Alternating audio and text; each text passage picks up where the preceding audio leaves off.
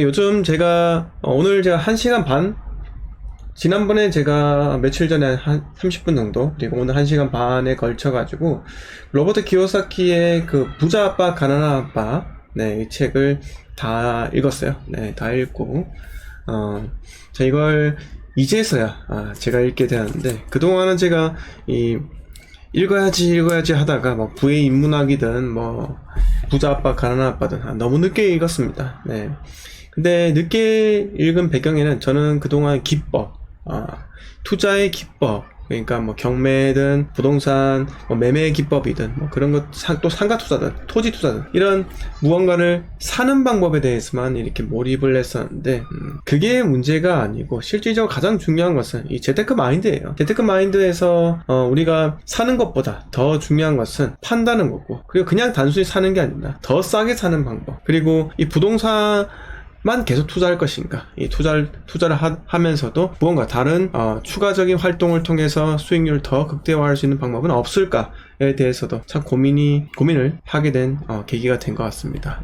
그러면서 아까 말씀드린 부의 인문학이든 부자 아빠 가난한 아빠든 이런 여러 가지 부동산 투자 방법에 대해서만 이야기하는 것이 아니라 전반적인 우리 인생 설계에 대한 방법을, 한 인문학적 소양을 가지게 만드는 그런 책들은 여러분들이 꼭 한 번씩 읽어 보셨으면 합니다.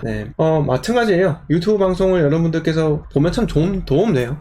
다른 강사나 방송을 하시는 분들의 생각을, 언제 투자를 하는 사람들, 나와 또 다른 투자를 하는 사람들의 생각을 언제 또 이렇게 요즘과 같은 시대에서 핸드폰으로 볼 수가 있겠습니까? 참 좋은 시대에 우리는 살고 있습니다. 그래서 예전에 그 신사임당의 그 율곡이 어머니가 아니라 유튜버 주원규죠. 주원규 PD, 주원규 PD의 신사임당, 그분께서 했던 말이 생각이 나네요. 우리는 당군일에 가장 돈 벌기 좋은 시대에서 살고 있다라는 겁니다. 그만큼 정보도 풍부하고요. 그러나 이번에 여러분들이 또 겪어보셨겠지만은 이번 사이클이 대출 규제로부터 약이 됐다는 게 다 아시죠? 대출 규제. 작년 11월 달에 갑자기 부동산 관련 대출이 전혀 안 됐어요.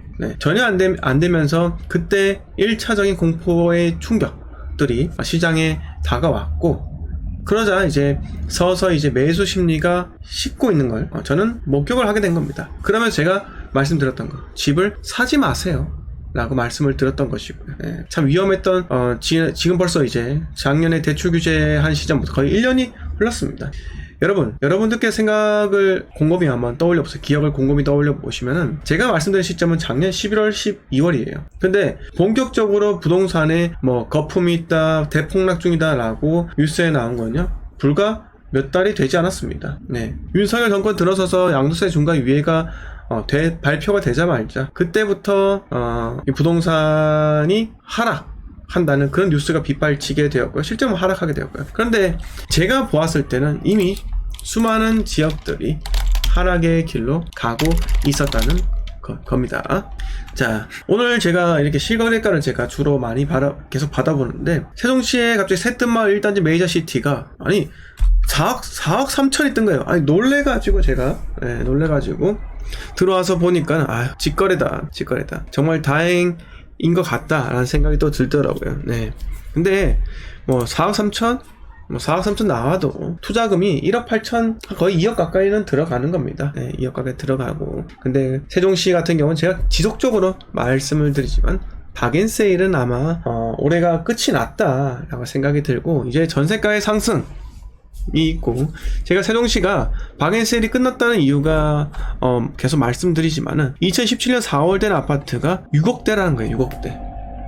여러분, 2017년이면요 지금부터 5년 정도 된 아파트입니다. 6년차 된 아파트고 만 5년이죠. 그럼 인근에 우리 대전에 가면요, 대전에 우리가 입주 연차를 6년을 잡아볼까요? 6년 정도 잡아볼까요? 그러면 보세요. 예를 들어서 도마 2편한 포레나 이런 거 보시면은 4억 4천 이렇게 거래가 되었고요. 여기 22년 8월이죠. 근데 요게 도마 같은 게 약간 좀 입지가 조금 별로이긴 한데, 그러면 다른 쪽으로 가볼까요? 예를 들어서 목동. 대전에 또 유명한, 또 대전역 앞에 있는 목동 보시면은, 목동 도시업 리슈빌 20년 6월에서 6억 2천 이렇게 형성되어 있잖아요. 자, 제가 드리고 싶은 말씀 그거예요. 대전의 84 타입도 6억쯤에 형성이 많이 되어 있더라. 6억쯤에 형성이 많이 되어 있더라. 비록 뭐 둔산동 쪽은 둔산동 쪽은 신축이 거의 없죠.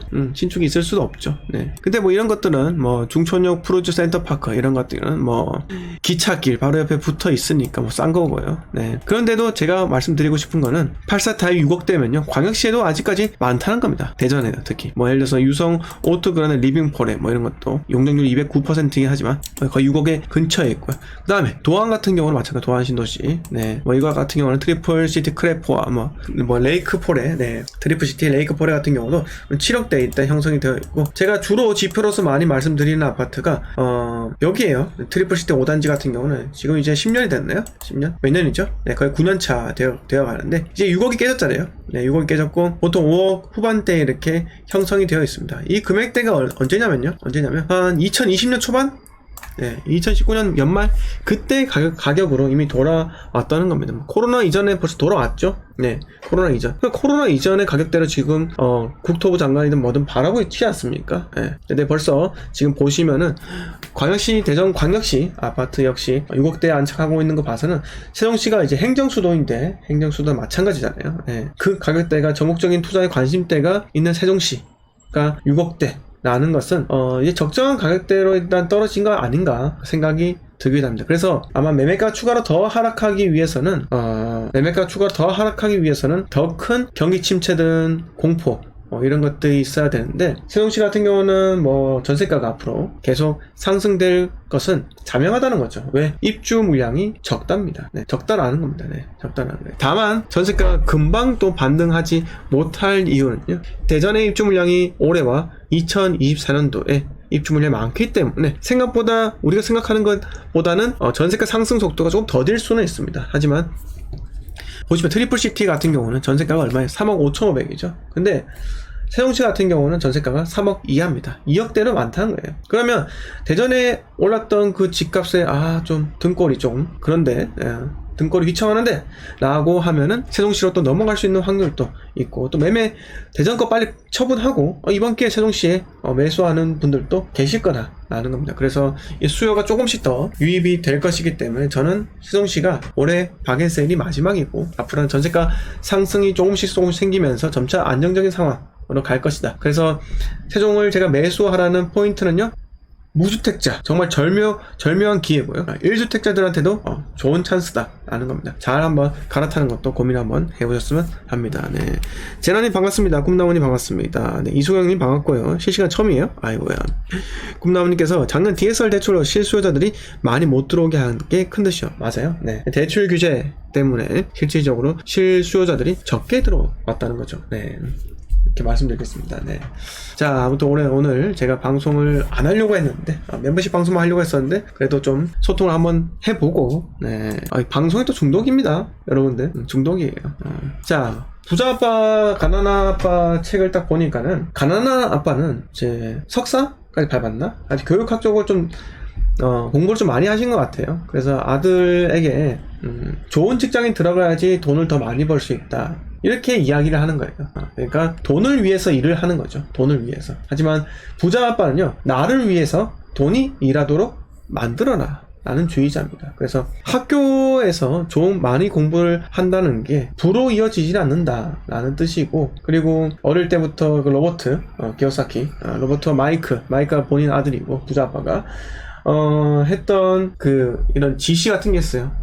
어떻게 하면 부자가 될 수 있을까요? 라는 질문에 그들을 본인의 상점에서 일을 하게 했고, 뭐 5센트인가? 주당 5센트인가? 그거밖에 주지 않았대요. 완전 착취였죠. 그렇게 하다 보니까 이제 애들이 완전 화가 나가지고 어르신한테 대들었는데, 마이크의 아빠죠. 부자 아빠한테 대들었는데, 부자 아빠가 네가 지금 하는 게 다른 일반 직원들과 똑같다. 일반 직원들도 돈이 적다고 불평거리고 나한테 화를 내고 뭔가 집어던진다. 이렇게 한다. 근데 너는 지금 돈을 위해서 일을 하는 거다. 이렇게 교육을 시켰다고 합니다. 네, 그래서 이제 로버트와 마이크는 어쨌든 간에 부자 아빠의 그 훈육이랄까요, 교육에 순응하기 시작을 했고, 결국은 이제 부자 아빠가 마지막으로 택한 방법이 그거예요. 급여를 주지 않았답니다. 급여를 주지 않았고, 너네 스스로 한번 고민을 해봐라. 너네가 지금 급여를 받는다는 것은 돈을 줬는다는 것이니까 내가 가르치는 방향은 그게 아니다 라고 이야기했고, 결국은 그들은 돈을 받지 않고 3주 동안 일하다 보니까 이 부자 아빠 가게에서 이제 폐간되는, 버리려고 하는, 폐기 처분하는 만화책이 막 쌓여있다는 거예요.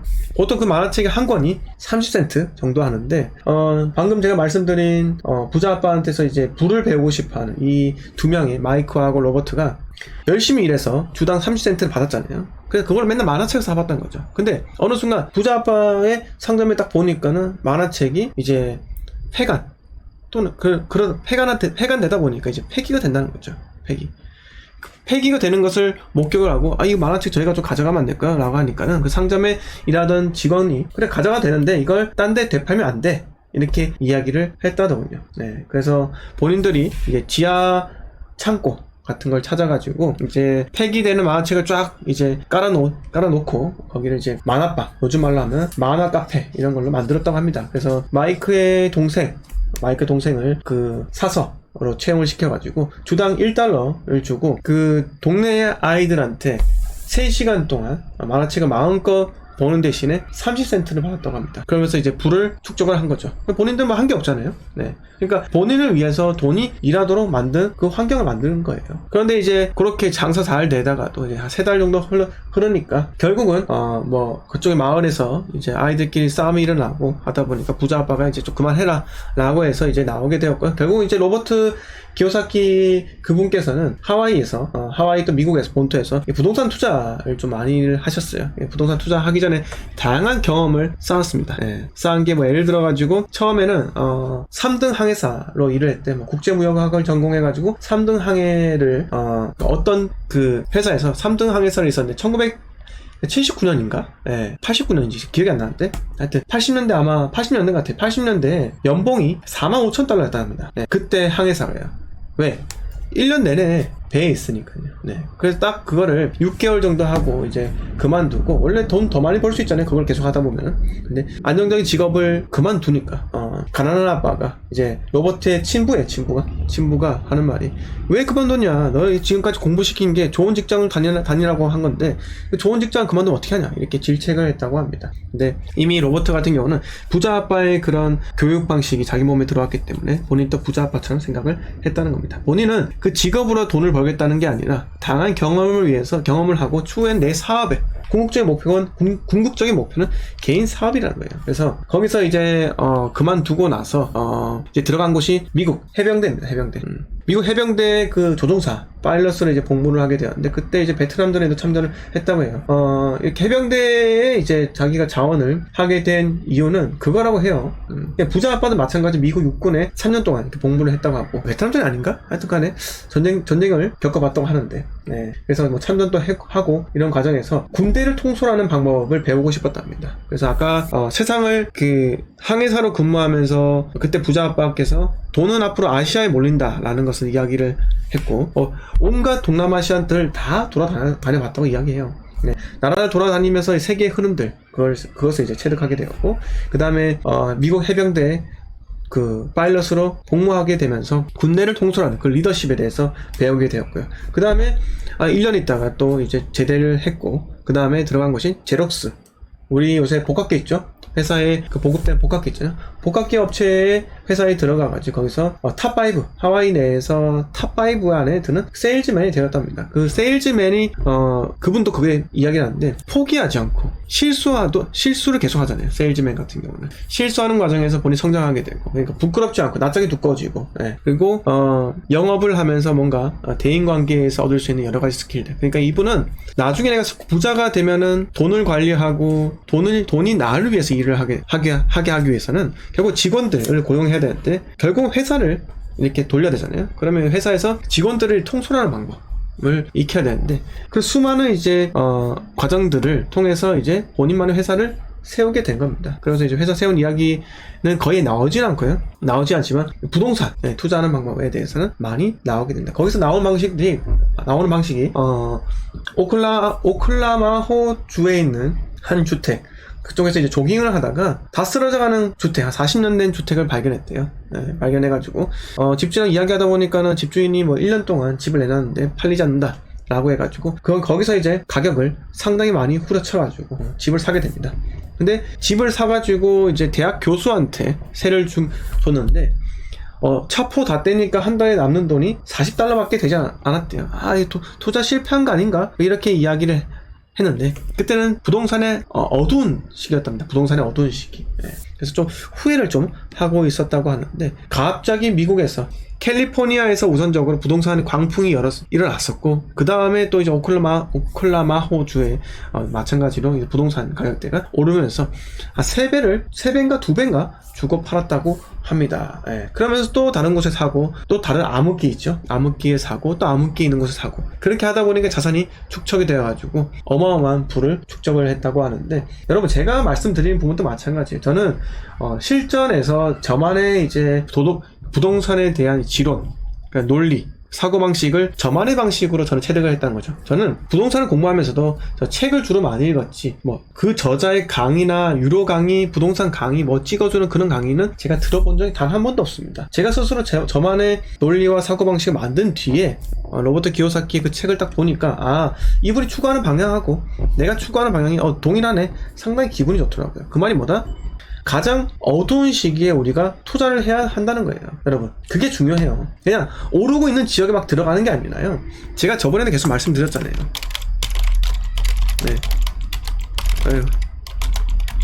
자, 항상 그래요. 부동산은요, 이렇게 상승하잖아요. 상승.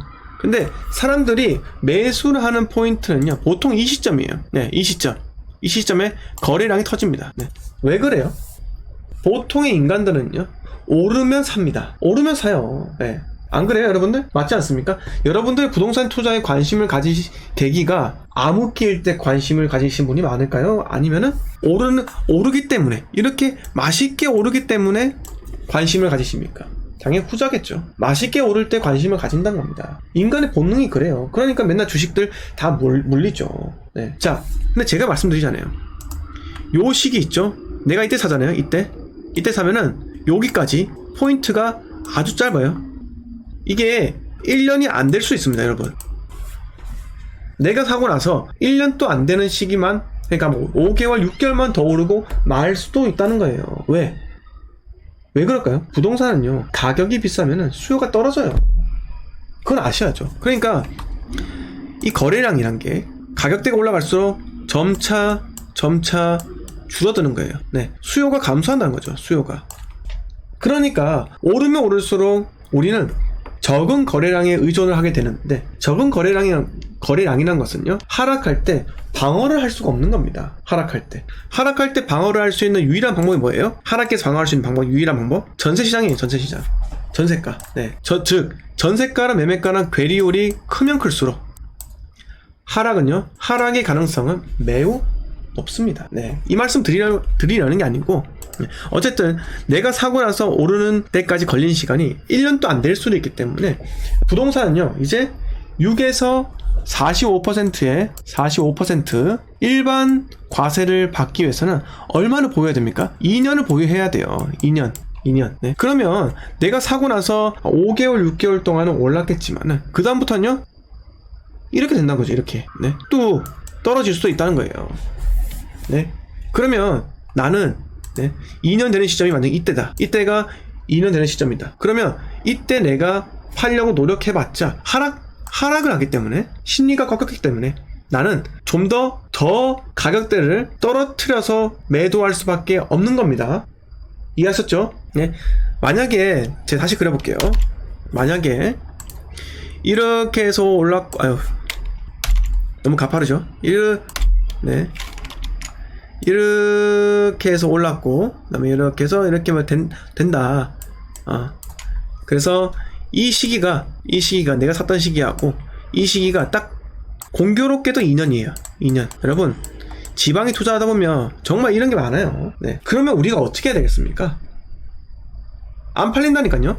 내가 3억에 샀는데 이게 예를 들어서 5억이 되었어요. 5.5. 바닥일 때 2억이었겠죠. 5.5억이 되었어요. 근데 이게 3억 한 7천 또는 8천이겠죠. 그래요. 원래 부동산 이렇습니다. 이게 아주 짧다고요. 지방인 경우는 더 그렇습니다. 근데 만약에 내가 이때 샀고 3억에 샀고 떨어지는데 3억 7, 8천이다. 근데 실제로 생각해보세요. 이 시기 때 내가 3억 7, 8천 팔 수 있는가? 못 팝니다. 왜? 대부분의 진입하는 타이밍이 비슷해요. 내가 진입하는 시기, 남이 진입했던 시기가 거의 비슷한 거죠. 왜? 대량 거래량이 터졌으니까요. 대량 거래량이. 그러면 아니 나랑 똑같은 날짜에 취득한 사람 별로 없지 않습니까? 그럼 2년이 되는 시점도 다 다를 건데 그러면 몰리는 시기도 팔 때 몰리는 시기도 다 다른 거 아닌가요? 아닙니다, 여러분. 그게 아니죠. 여러분, 양도세 비과세 기준이 언제입니까? 네, 그 2년이란 시간이 2년이 되는 시점이 언제예요? 잔금일과 등기일 중 빠른 거예요. 네, 잔금일과 등기일 중에 빠른 거라니까요. 그러면 빨리 팔고 잔금을 뒤로 밀 수 있잖아요. 그렇기 때문에 다 몰린다는 거예요. 여러분들 집 팔 때 언제 파세요? 언제 집을 내놓습니까? 적어도 6개월 전에 집을 내놔야 돼요. 그래야지 3개월 동안 지지고 볶고 하다가 집 팔고 그때 계약하고 나서 3개월 뒤에 잔금, 그렇게 하는 게 부동산 매도하는 방법입니다. 매도하는 프로세스라고요. 주식이 아니에요. 요 이 땅 하면 바로 팔 수 있는 그게 아니라고요. 그러면 얼마나 좋습니까? 돈 쉽게 벌겠죠. 하지만 부동산은 쉽게 벌 수가 없다는 겁니다. 그러면 우리의 문제점을 해결할 수 있는 방법은 뭡니까? 유일합니다. 유일하게 해결할 수 있는 방법. 자, 3억에 샀는데 5억 5천원 올랐어요. 너무 기분 좋아. 내가 투자의 대마왕이 된 것 같아요. 하지만 2년이 되는 시점에는 3억 7, 8천원 떨어질 수도 있다라는 겁니다. 네. 그러면 물론 돈을 안 번 게 아니죠. 7, 8천 벌었죠. 하지만 여러분 생각을 해볼 필요가 있는 게, 이때 매도하려면요 매수인들이 가격을 더 낮춥니다. 1000 빼주세요. 3억 7천이면요 3억 6천이에요 3억 6천. 6천에 매도했다. 세금 1000만원입니다. 5천 버는 거예요. 5천 또 물론 돈을 버는 거죠. 그런데 여러분들이 3억에 매수하셨잖아요. 이때 매수하실 때 전세가 얼마예요? 전세가 한 2억이겠죠. 1억 투자해서 5천 번 겁니다. 50% 수익률. 1억 벌어서 5천 투자한 거예요. 1억 투자해서 5천 번 거예요. 50% 수익률.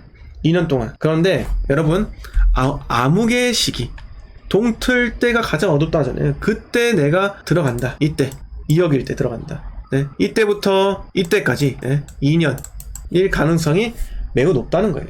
그래서 바닥에 투자를 하는 겁니다. 어차피 우리가 2년을 기다려야 되는 거예요. 바닥일 때 2년을 잡으면요, 여러분 바닥이 5년, 6년, 7년, 8년, 9년, 10년 이렇게 가진 않아요. 그거는 수도권 부동산에 한해서입니다. 그리고 그 과정에서 수도권도 조금씩 오르기는 했어요. 자, 뭐를 예로 들자면, 자, 저기 성동마을 있죠? 수지. 네, 수지의 대형 평수들, 예를 들어서 52평 금액대를 볼까요? 자, 이래요. 하락이 왔잖아요. 하락. 2006년부터 하락이 쫙 왔습니다. 네. 6년 2개월 동안 가격이 빠졌습니다. 6년 2개월 동안. 네. 근데 제가 이렇게 떨어지는 시기에 사러 갈까요? 아니죠. 입주 물량이 가장 정점에 이런 시기에 사러 가겠죠, 제가. 이런 시기에서 얼마 만에 상승이 올까요? 얼마 만에요? 네. 3년 기다리니까 옵니다. 이런 시기는요. 이게 떨어졌으니까 그런 거고. 자, 이때부터는요. 2년이에요. 2년. 네. 이렇다니까요. 2년만 기다리면 좋은 세상이 옵니다. 근데 여기 같은 경우는 어차피 서울이 먼저 오르고 서울 쪽으로 투자 수요가 다 갔기 때문에 서울이 본격적으로 폭등할 때까지는 오르지 못했다는 거죠. 네. 하지만 지방 같은 경우는 딱 특히 제가 지방에 저기 당진 그런 데 이야기하는 게 아니에요. 당진, 여순강, 강릉 이런 데 이야기하는 게 아니라 광역시를 이야기하는 거예요. 광역시는 인근에 있는 지역의 입주 물량과 크게 상관이 없습니다. 크게 상관없어요. 하지만 광역시 입주 물량이 인근에 있는 지역들에게 영향을 줄 수는 있겠죠. 예를 들어서 세종시 같은 경우, 세종과 대전은 한 몸입니다. 세종과 대전은 한 몸이에요. 서로의 입주 물량이 영향을 준다는 거예요. 네, 영향을 줘요. 하지만 요게 단일이잖아요, 단일. 근데 경기도는요, 수많은 경기도에 있는 수많은 도시들이 하나의 몸으로 유기적으로 묶였기 때문에 이게 전체 입주 물량이 영향을 준다는 겁니다. 왜? 서울에 출퇴근하는 사람들의 수요를 받아주는 곳이기 때문에 그런 거예요. 자, 그 다음에 대전과 세종이 묶이죠. 그 다음에 대구는요, 대구, 경산, 그 다음에 이쪽에 구미, 김천 이렇게 묶이고요. 울산은 나홀로고요. 부산은 인근의 김해, 양산, 창원까지 같이 묶이는 거예요.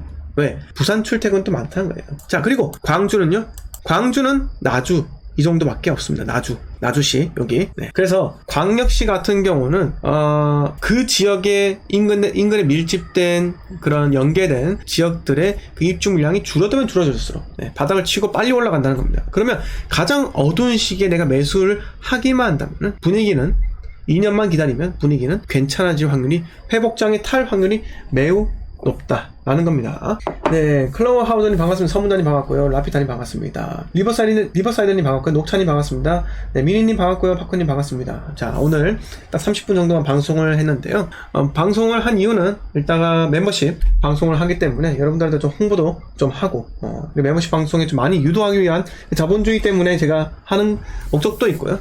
이런 것도 있고, 그건 뭐 기본적인 거고, 오늘 제가, 아까 말씀을 못 들으신 분들을 위해서 한 번 더 말씀드리자면, 오늘 제가 부자 아빠, 가난한 아빠 책을 몇 년 동안 계속 미루다가, 그동안 계속 이 투자의 기법에 대한 책만 읽고, 제 머릿속에 이렇게, 남기려고 노력을 했었는데, 지금은 투자의 기본서, 그러니까 재테크 마인드를 형성하게 해주는 그런, 이미 투자를 성공하신 분들, 그런 사상을 제가 받기 위해서 부자 아빠 가난한 아빠라는 책을 제가 오늘 좀 읽었고 여러분들한테 좀 추천을 좀 드릴게요. 네, 상당히 좀 좋은 책이고 하니까요. 자, 그래서 혹시나 제 말을 듣고 구입을 하고 싶다 라고 하면은 제가 여기 링크 드릴 테니까요. 링크에 보시면 쿠팡에서 구입을 할 수 있어요. 쿠팡에서 구입을 하시면 시중에서 사는 것보다 10% 저렴한 가격에 구입을 할 수 있더라고요. 네, 여기서 한번 구입 한번 해보시면 좋을 것 같습니다.